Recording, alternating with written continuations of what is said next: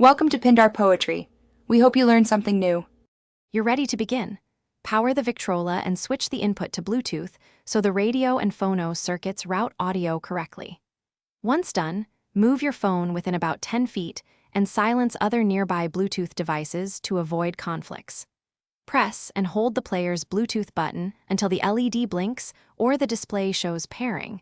That flashing light tells you the unit is discoverable. You're doing this to let your mobile device find the Victrola as a new audio sync for streaming.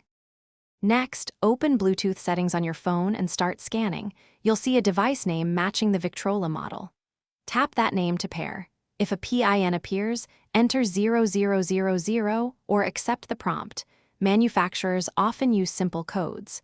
Make sure your phone's audio output is set to the Victrola once connected.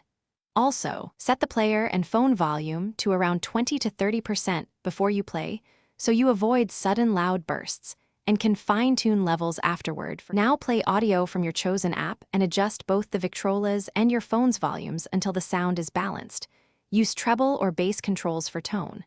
When you want to play records again, simply switch the player's source to phono and lower Bluetooth device volume to prevent feedback.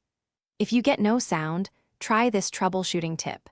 Turn Bluetooth off and on, forget the Victrola on your phone and repair, and verify the phone's audio output is set to the Victrola rather than another device. Thanks for watching.